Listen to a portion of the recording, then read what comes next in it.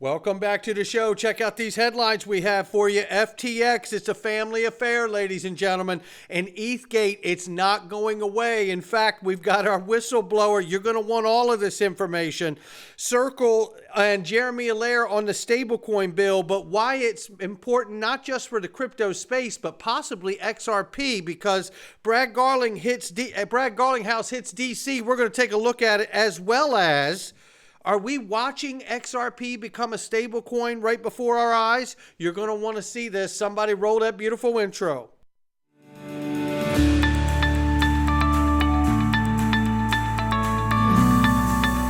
Digital Perspectives with Brad Kimes. Come on in.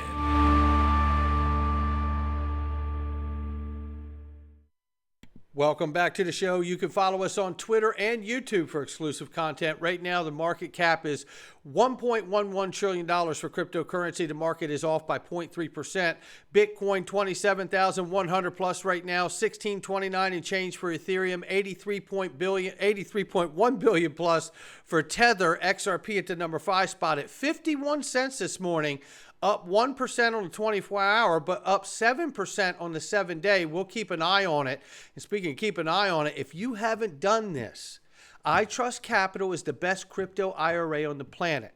And right now, you should go and click the link underneath this video, because you can roll over your 401k. There's a lot of people losing jobs right now in this down market.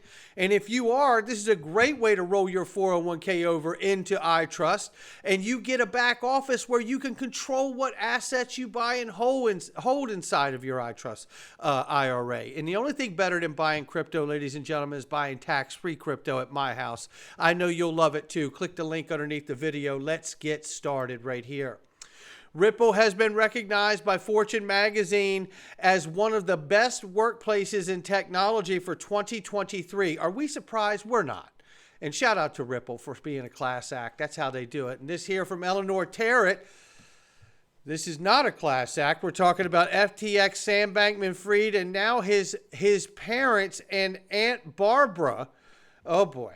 A family business. It's a family affair. In January, Fox Business did an investigation into the FTX $1 million hackathon and crypto summit. Mentioned in the lawsuit against Sam's parents were discovered that Sam's dad and Aunt Barbara spearheaded the event, shelling out millions. It's a family affair, ladies and gentlemen. We also learned Joe Bankman was the point person for most of FTX charitable efforts, and that Barbara Miller, a well-known political consultant in South Florida, helped Bankman make inroads and connections in the area. At the time of our writing, Barbara and her husband, let's get into this now, James Fox Miller, a prominent lawyer, were on a months-long luxury cruise. According to the lawsuit, we now know Miller was being paid $14,000 a month by Bankman for her role in organizing the hackathon. Did some of that money go towards financing the expensive cruise? We were unable to confirm in our initial investigation whether the 3 teams of high school kids ever saw the $1.05 million of funds intended to go towards implementing their winning business ideas from the hackathon. Oh, brother. I mean, it's the gift that keeps on giving, unfortunately. And, you know, what happened to those kids? Did they get the money? And then we'll see it right here. My considered professional opinion, says Jacob Silverman, is that Sam Bankman-Fried's parents are in deep trouble. They were involved in FTX financials, the outflow of customer funds, the campaign finance operation, and gifts to insiders and associated organizations like Stanford. John Deaton says, I'll say it out loud what everyone is thinking. The apple doesn't fall far from the tree. Sam Bankman-Fried's parents are scumbags just like their son, full stop. The fact that they haven't yet been indicted proves a 2-tier system of justice exists for the politically connected. The only way I would give Sam Bankman-Fried 50 years in prison instead of 60 is if he rats on his parents. And it's well said right there, and we're all thinking it. John Deaton said it. Actually increased Meanwhile, a lot. I want to give you this don't- right quickly here. While Joseph Grunfrest and Brad Garlinghouse were wondering why the SEC doesn't go after all the ICOs, Joseph Lubin brags on national television about being able to hold thousands of SEC-compliant tokens creation events at his ICO foundry. You know, this is another great piece of work here by Mr. Hubert. And I say, in my opinion, I don't need to play these clips for you because you get the gist of it here. In my opinion, ETHgate were multiple officials inside the SEC knowingly using their power to collude with Joseph Lubin and others to create a monopoly, creating billions of dollars by launching token project after token project off of Ethereum network. All the while bogging Ripple down with a lawsuit as a weapon to help gain advantage in the marketplace. If someone tells you it was too long ago for it to matter and it's time to move on, tell them to give us the same advantage for the same amount of years and we'll forget all about it.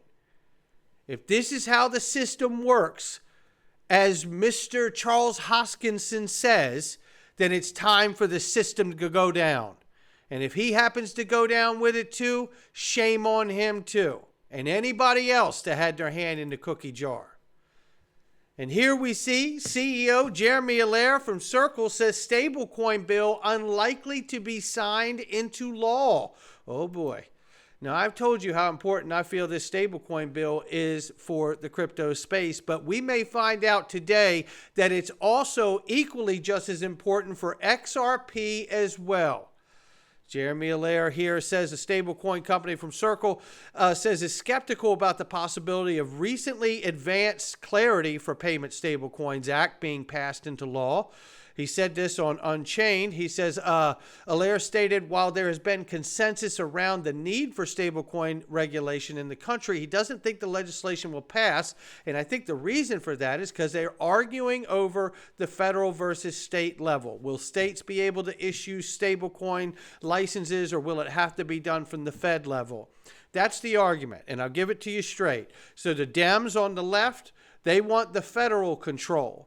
The Republicans on the right, they want the state licensure control. They got to figure this out or it's stuck in a quagmire until they do. Someone has to get it done. And getting it done in the House may signal strength that it is a topic to be dealt with. But unless you can get it through the House and Senate and signed on a president's desk, no matter who's running the country, and we know who really does it, it's not a president. But nevertheless, until you get all those things done, you don't have a stablecoin bill. And I think we may find out why it may be just so important.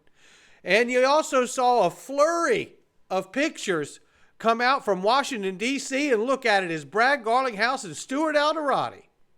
Says he's back in D.C. yesterday to meet with members of Congress alongside Stuart Alderati and Rob G. and our global policy team, can't get regulatory clarity without actually engaging with elected officials who proposing bills. That's absolutely true.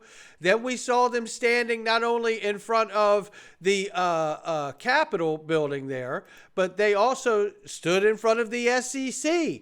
Make no mistake. Make no mistake. Brad Garlinghouse and Stuart Alderati are only doing this because they know the law is on their side. You don't, as a CEO and chief legal officer, you would not have fun with a picture like this unless you understood that the law was on your side. The judge, Torres, from the SEC versus Ripple, has also basically said the law is on Ripple and Brad and Chris Larson's side. Brad Garlinghouse and Chris Larson. So this, to me, is confidence. This, to me, is something you would not have seen years ago, because this is an obvious truth about where we are. And here they are on the steps of the Supreme Court, ladies and gentlemen. Stuart Alderati says swung by the Supreme Court in between meetings in D.C. while the industry waits for legislative clarity from Congress. We should always be able to count on checks and balances, and that's exactly what the Supreme Court is. And I say there's a good chance we're going the distance to the Supreme Court, and there's an even better chance that we'll win when we get there. No question. Now, yesterday, we had some news that was quite shaking where the New York Department of Financial Services delist XRP and Doge from the green list. Here's what you need to know. And basically they said that the substantial changes to its virtual currency oversight regime. These changes have a direct impact on what cryptocurrency licensed firms in New York can offer to their customers. Now, notable changes are NYDFS has delisted XRP and Dogecoin from its exclusive green list of approved cryptocurrencies.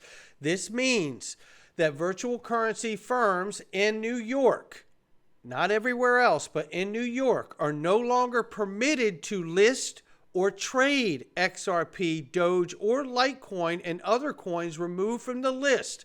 Only 8 cryptocurrencies, including Bitcoin, Ethereum, Gemini Dollar, and the rest you see here, are now supported by the regulator's green list. What does this really mean? Why is this happening to firms in New York? Why is the NYDFS doing this? We don't know.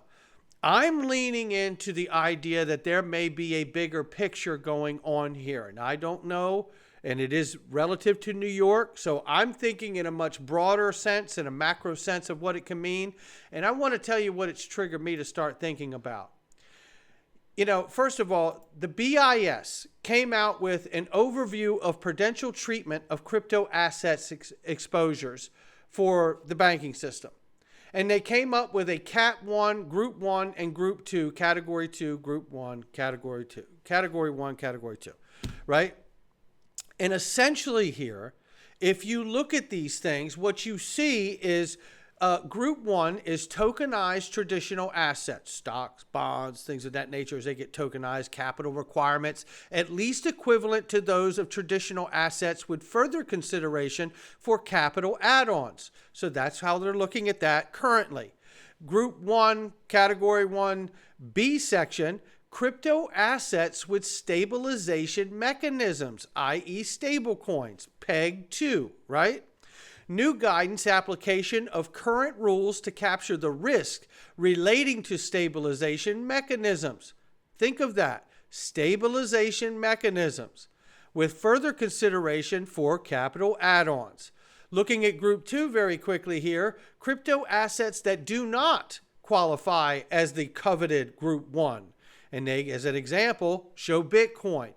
New conservative prudential treatment for those types of assets based on a 1,250% risk weight applied to the maximum of long and short positions. Holy moly.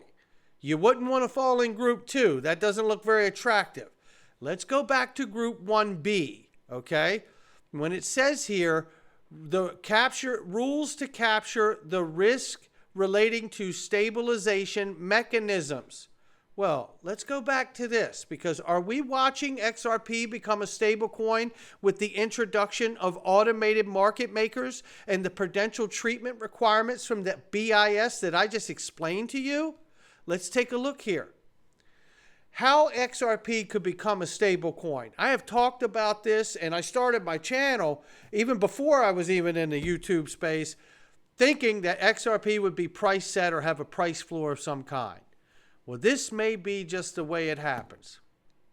Think about the automated market makers that are being introduced at this moment, right now. And they help to deal with the slippage and the arbitrage. They minimize slippage with automated market maker liquidity pools. And arbitrageurs take advantage of that, and they create reliable stablecoin XRP price. The arbitrageurs come in, they buy that, right? And then the liquidity pools are there to supply that immediately to tighten that slippage. So now you get this extremely tight, reliable price, but it's not price set. It's a stable, reliable price because of the mechanism, because of the stabilization mechanism that is being used to provide a reliable, stable price without pegging it to something, right? It's very important. So now, Automated market makers are agents that pool liquidity, stabilized by arbitrageurs taking advantage of the market, and then obviously together they tighten the slippage price, creating fees earned for automated market makers and a stable price for XRP while allowing XRP to move freely in an open market, providing a reliable stable price without having to peg the asset. The question is, could this be the mechanism with automated market makers that qualifies ultimately XRP as a stablecoin and a Category 1 asset according to the BIS because of the stabilization mechanism, taking it out of the high-risk Category 2 like Bitcoin and other cryptos? And could that also be the reason for some of this delisting for XRP? I can't explain the other assets and why they're delisted in New York, but could that have a relationship as well? I don't know the answer. We're speculating here. It's what we do. We're early in this space. We're trying to figure out what is the true ultimate role here, understanding that we have such deep connections in the board of Ripple themselves. How many Treasury members are on the board? Rosie Rios, right? The list goes on and on. Craig Phillips, right? The list goes on and on, right? We could talk about Michael S. Barr, who was at Ripple and now the VP of the Federal Board of Governors. And doesn't it make sense that all of this with the SEC versus Ripple case, plus the idea of understanding that they're standing in DC yesterday at Capitol Hill, the SEC, and the Supreme Court. And look, and I mean for clarity, if XRP is going to be an asset that is in demand inside of the financial world and banking system, doesn't it mean that there has to be ultimate legal clarity here, that it cannot be challenged at any time, giving the absolute utmost definition, legal finality, and the confidence to the entire world globally in the financial system that we know exactly what this asset is and what role it will play in complementing the current system that exists as we move to a digitized and tokenized world. It's not financial advice from me or anyone else. It's just my digital perspectives. I'll catch all of you on the next one.